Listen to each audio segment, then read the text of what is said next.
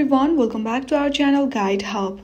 In this video, I will guide you through how to log into HBL Bank account.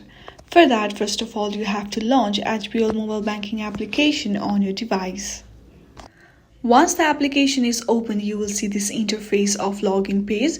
You just have to fill out this form to log into your account, or you can also use your biometric to log in. For now, we are using login ID and password to log into your account.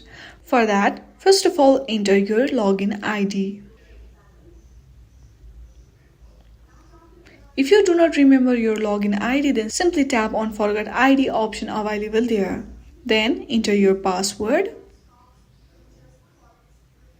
Again, if you do not remember your password, then you can simply tap on Forgot Password right over here. If you want this device to remember your login details, then simply click on this button. Once you fill out this information correctly, you can simply tap on Login button to log into your account. I hope this video was helpful. If you like this video, then please do not forget to like and subscribe to our channel. Thank you for watching.